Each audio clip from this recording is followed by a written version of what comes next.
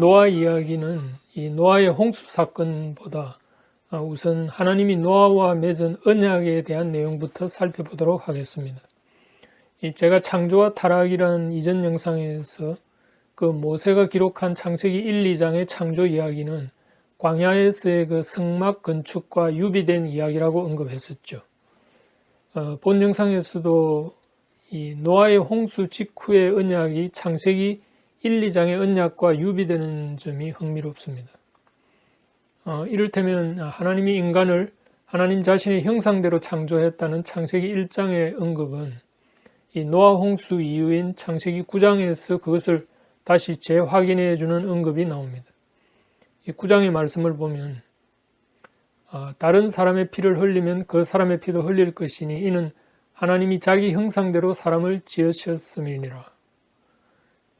단지 9장에서는 1장의 언급과 다른 점이 다른 사람의 피를 흘리면 그 사람의 피도 흘릴 것이라는 말씀을 덧붙인 점입니다. 이것은 말하자면 인간은 본래 하나님의 형상을 받은 고귀한 존재이기 때문에 이 살인을 한 사람을 죽일 수 있도록 하는 일종의 사형제도를 허용하신 말씀이죠. 이것은 인간의 그 타락 이전에는 필요 없는 것이었는데, 그러나 이 타락 이후에는 이 약육강식하는 무법천지 같은 세상이 되어버리니까 결국 홍수 심판으로 정리하신 후에는 이제 부득이하게 차선책으로 하나님이 인간으로 하여금 인간을 치리하도록 하는 일종의 법을 세운 셈입니다. 그리고 이뿐 아니라 생육하고 번성하라는 창세기 1장의 말씀도 동일하게 9장에서 반복하고 있습니다. 이 9장의 말씀을 보면 하나님이 노아와 그 아들들에게 복을 주시며 그들에게 이르시되 생육하고 번성하여 땅에 충만하라. 땅의 모든 짐승과 공중의 모든 새와 땅에 기는 모든 것과 바다의 모든 물고기가 너희를 두려워하며 너희를 무서워하리니 이것들은 너희의 손에 붙였음이니라. 모든 산 동물은 너희의 먹을 것이 될지라. 채소같이 내가 이것을 다 너희에게 주노라. 이렇게 말씀하는 대목인데 이 창세기 1장에서와 같이 생육하고 번성하라는 말씀은 같지만 이 동시에 짐승들을 다스리라는 1장 말씀과는 달리 9장에서는 이 짐승들이 사람을 무서워하도록 해서 짐승들을 사람 손에 붙인다는 말씀과 짐승도 먹을 수 있도록 그 양식으로 준다는 말씀이 덧붙여져 있습니다. 말하자면 이 홍수 이후에 주신 창세기 9장의 말씀은 타락 이후에 그 깨어진 인간과 인간의 관계뿐 아니라 인간과 자연과의 그 변화된 환경에도 적응할 수 있게 하는 명령인 셈입니다. 9장의 말씀에서 특이한 점은 짐승들로 하여금 사람을 두려워하도록 만들었다는 점인데, 물론 타락 전에는 인간과 짐승들이 서로 적대적이지 않고 친화적으로 공존했을 겁니다. 이 아담이 일일이 이름을 지어주었으니까요. 그러나 타락 이후에는 인간과 짐승 사이에도 이 적대감이 형성된 것으로 볼 수 있습니다. 그러나 홍수 이후에는 하나님이 짐승들로 하여금 사람을 두려워하게 만들므로써 인류가 이 짐승에 의해 멸종하지 않도록 조처한 듯합니다. 그리고 창세기 2장에서 이 선악과를 먹지 말라는 명령은 또 9장에서는 고기를 핏째 먹지 말라는 말씀으로 이 생명의 가치를 고귀하게 여기도록 한 언급이 있었고요. 또한 홍수 이후부터는 모든 생물을 다시는 홍수로 멸하지 않겠다고 약속하신 것이 이 노아 언약의 주요 내용들입니다. 결국 이 창세기 9장의 언약은 이 최초의 아담에게 한 언약을 홍수 심판 이후에 새롭게 갱신한 셈이죠. 이것은 마치 훗날 시내산 언약이 금송아지 사건 이후에 다시 갱신되었던 것처럼 이 시대와 상황의 그 변함에 따라서 하나님이 언약을 갱신하신 것으로 볼 수 있습니다. 말하자면 창조 때의 조건은 인간이 하나님에게 순종하면 모든 것이 형통할 수 있었던 신정 통치라면 이 타락 이후에는 이제 인간이 인간을 통치할 수 있는 대원칙을 천명해 주신 셈입니다. 이것도 마치 훗날 이스라엘이 원래 왕이 필요 없는 하나님의 직접 통치 국가로 출발했지만 그들의 악함 때문에 이 차선책으로 왕정을 허용할 수밖에 없었지 않았습니까? 바로 그런 것과 같은 거죠. 이 하나님은 타락된 인류를 무법천지로 그냥 내버려 둘 수가 없어서 이 홍수 심판 이후에는 이제 인간 스스로가 어떤 적대적인 환경을 컨트롤할 수 있도록 새로운 여건을 조성해 주신 것으로 보입니다. 그런 점에서 보면 사실 노아 이야기는 창조와 타락 이후에 그 인류의 타락이 깊어진 것에 대한 심판으로 홍수 사건이 나오긴 하지만 엄밀히 말하면 노아 이야기는 심판에 초점이 맞춰져 있는 것이 아니라 이 하나님께서 인류의 그 깊은 죄악에도 불구하고 이 노아에게 은혜를 입게 하시고 또 노아 가정에 구원의 길을 열어주셨다는 점, 그리고 이후에는 땅을 보존하신다는 약속, 그러니까 최후 심판이 있기까지는 안전하게 거할 수 있도록 한 점 등에 더 초점이 맞춰진 것이라고 볼 수 있습니다. 말하자면 노아 언약은 이 타락한 인류에게 또 다른 기회를 주신 은혜의 언약이라는 점입니다. 그리고 이 언약에 대해 한마디 덧붙이자면 이 언약은 단순한 계약과는 다르다는 점을 제가 이전 영상에서 언급한 적이 있는데 그러니까 타락 이후에 세워진 하나님의 언약 속에는 언제나 이 하나님의 은혜가 기초된 개념임을 잊어서는 안 된다는 점입니다. 이 은혜는 이 히브리어로 헤세드라고 하는데 이것은 단순한 그 자비로움 그 이상이거든요. 굳이 비유하자면 어머니가 자신의 아이에 대해 깊은 애정을 가지고 이 자신의 품 속에 품을 때의 그런 심정이라고 할까요? 그러니까 어머니와 자식 관계 속에는 이 호적상의 모자간이라는 그 법적 계약 그 이상의 그 깊은 내면적 공감이 깔려 있지 않습니까? 그것을 단순히 사랑이나 자비, 은혜라는 말로 표현해도 뭔가 부족한 느낌이죠. 우리말에 긍휼이라는 말이 있긴 한데 아무튼 이 하나님이 인간과 맺은 언약 속에는 법적인 약속 이면에 그 끈끈이 배어있는 헤세드가 있다는 말입니다. 생각해 보십시오. 만약 어떤 자식이 살인을 저질러 감옥에 있다면 그 부모의 심정이 어떠하겠는가를 생각해 보면 됩니다. 만약 그 아들이 친아들이 아니라면 아마도 부모는 냉정하게 그 아들과 절교할 수 있을지도 모릅니다. 그러나 친아들이라면 아마도 그 부모의 심정은 찢어질 겁니다. 이 절교하고 싶어도 절교할 수 없는 그 친부모의 찢어지는 심정을 담고 있는 표현이 히브리어의 그 헤세드라는 말 속에 녹아져 있다고 보면 될 겁니다. 그러니까 하나님의 언약은 어떤 법적 계약을 넘어서서 거기에 하나님의 헤세드가 더해진 것이라는 말입니다. 그래서 성경 전반에 이 하나님의 헤세드가 깔린 약속, 곧 하나님의 은혜가 깔린 언약을 늘 기억해야만 우리는 성경 이야기를 제대로 실감할 수 있는 것이죠.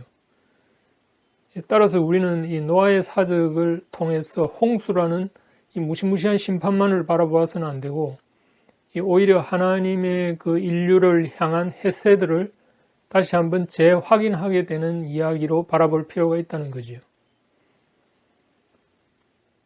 자, 이제 둘째로 노아 이야기에서 주목하는 것은 이 신약의 기자들이 이 이야기를 어떻게 해석하고 있는가 하는 것입니다. 특별히 히브리서 기자가 이 믿음의 영웅들을 열거하면서 이 노아에 대해서 언급하는 대목을 한번 보십시다.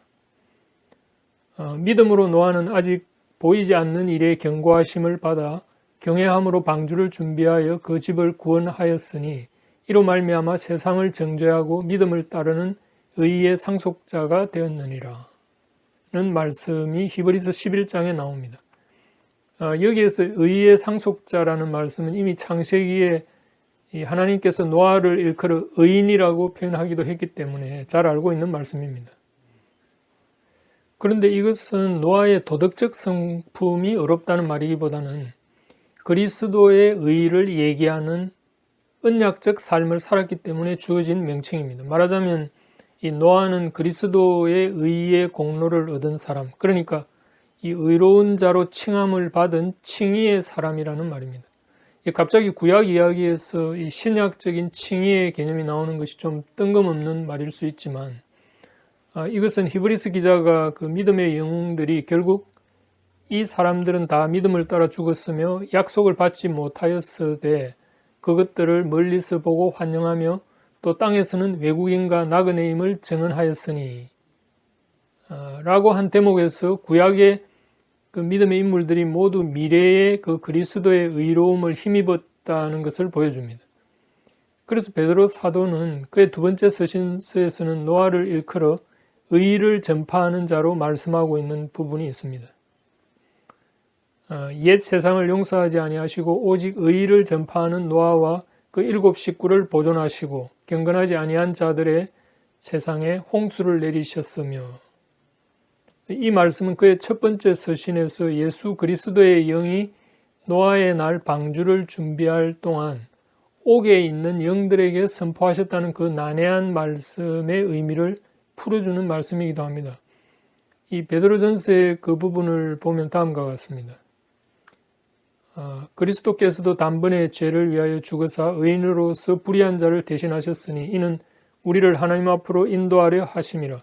육체로는 죽임을 당하시고 영으로는 살리심을 받으셨으니 그가 또한 영으로 가서 옥에 있는 영들에게 선포하시니라. 그들은 전에 노아의 날 방주를 준비할 동안 하나님이 오래 참고 기다리실 때에 복종하지 아니하던 자들이라. 방주에서 물로 말미암아 구원을 얻은 자가 몇 명뿐이니 겨우 8명이라. 물은 예수 그리스도께서 부활하심으로 말미암아 이제 너희를 구원하는 편이 곧 세례라. 이는 육체에 더러운 것을 제하여 버림이 아니요 하나님을 향한 선한 양심의 강군이라. 자, 여기 19절에 보면 그가 또한 영으로 가서 옥에 있는 영들에게 선포하시니라는 말씀에서 그는 그리스도를 받는 대명사이기 때문에 예수님의 영이 옥에 있는 영들에게 선포했다는 말이죠. 그래서 이 말씀을 근거로 로마 가톨릭에서는 그리스도께서 죽으신 후 부활하시기까지 그 죽은 자들이 거처하는 음부에 내려가셔서 그 구약시대에 저주받은 자들에게 복음을 전하셨다는 소위 그 지옥 하강을 주장하면서 이 연옥설의 근거 구절로 삼고 있습니다. 그러나 19절에서 언급되고 있는 이 옥에 있는 영들이란 그 말씀은 이 20절에서 언급된 대로 노아의 날 방주를 준비할 동안 하나님이 오래 참고 기다리실 때에 복종하지 아니하던 자들이라고 그 풀어서 설명해 주고 있습니다. 그러니까 구속사적인 관점에서 볼 때 19절에서 그가 또한 영으로 가서 옥에 있는 영들에게 선포하시니라는 말씀은 이 노아가 그리스도의 영을 가지고 120년 동안 방주를 준비하면서 당대의 사람들을 전도했다는 말씀입니다.